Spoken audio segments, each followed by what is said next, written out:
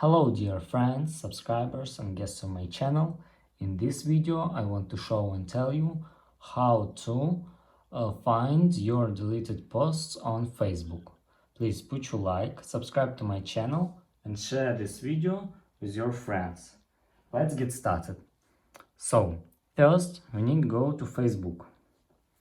After that, we need to go to our account here and click on three dots. And here you can find activity log. And now you can click recycle bin. And here you can find all your deleted posts. And that's all. If you enjoyed this video and found it helpful, please subscribe to my channel and share this video with your friends. Bye bye everyone. See you later.